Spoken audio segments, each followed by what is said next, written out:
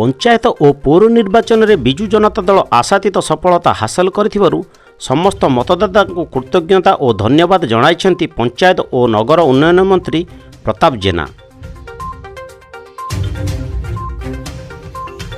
निज निर्वाचन मंडली महांगारे दलीय विजय को नहीं सेलिब्रेशन अपेक्षा विभिन्न उन्नयनमूलक कार्य किपरि त्वरान्वित करहब ता उपरे मंत्री अधिक गुरुत्व देथिले।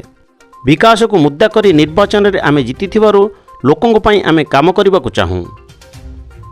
मंत्री श्री जेना महांगा निर्वाचन मंडलीर ओसंग, गोकन, बाराहीपुर, पल्लीसाही आदि विभिन्न ग्राम पंचायत में पहुंचते। बाराहीपुर पंचायत में एक महिला मिशन शक्ति गृह एवं स्वास्थ्य केन्द्र गृह को मंत्री उद्घाटन करथिया बेले श्री जेना द्वारा 5 कोटी टंका अनुदान रे आदर्श विद्यालय को संयोग करुवा गोकन, बाईचुआ, पल्लीसाही रास्तार शिलान्यास कार्य संपन्न करथिबा देखिबाकु मिलिथिला। एही कार्यक्रम रे जोगदेई मंत्री श्री जेना कहिले, निर्वाचन रे आम दलर विपुल विजय पई आमे सभा समिति करी खुशी मनैबा अपेक्षा लोकंक पई अधिकरु अधिक विकासमूलक काम उपरे गुरुत्व देबो। मुख्यमंत्री नवीन पट्टनायक प्रति और विजु जनता दलर प्रार्थी मानक राज्यवासी आशातीत समर्थन देइथिबारु मंत्री श्री जेना समस्त मतदाता को कृतज्ञता जणाइथिले।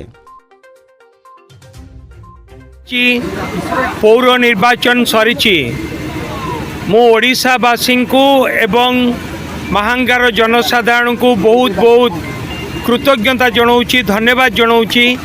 90% रु अधिक सारा ओडिशा रे एवं महांगारे 100% आमर जिला परिषद प्रार्थी जीतिचंती एवं विजु जनता दल समर्थित चेयरमैन, भाइस चेयरमैन समस्ते विजु जनता दल समर्थित से माने मध्य निर्वाचित होइचंती। आमे यार सेलिब्रेशन आमे मीटिंग जरिया रे करिया पई चाहि नथिलु। आमे चाहिथिलु यार सेलिब्रेशन किछि काम जरिया रे करिवा पई एवं आमे मु सबु बेले कहि आसीछि आमे सेही दिन खुशी हबु जो दिन लोकंक पई किछि काम करिकि लोकंक मुहरे हस फुटै पारिबो, मुहरे हस फुटै पारिबो। आजी आमे 9 किलोमीटर गोटे रास्ता जोटा गोकन पंचायत, ओसंग पंचायत, पल्लीसाही पंचायत देकी जाउची 9 किलोमीटर रास्ता एवं जार मूल्य प्राय 5 कोटी 30 लाख टंका से कामर आज आमे शुभ आरंभ करिचु। ता सहित मध्य बरईपुर पंचायत रे सब सेंटर बिल्डिंग को लोकार्पित करा जाइछि। ता सहित बरईपुर पंचायत रे आमे आज मिशन शक्ति बिल्डिंग को मध्य लोकार्पित करिचु।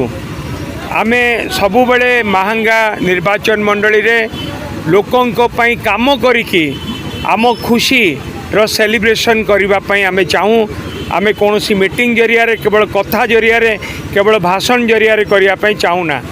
तेणु करी मु चाहिबी कि आमे जो परि भाव रे महांगारे लोक मानक पई काम करिछु ताकू आगामी दिन रे जो परि भाव रे महांगार जनसाधारण हमको आशीर्वाद देइचंती आगामी दिन रे ए उन्नतिमूलक काम को आमे आउरी अधिक त्वरान्वित करिबु।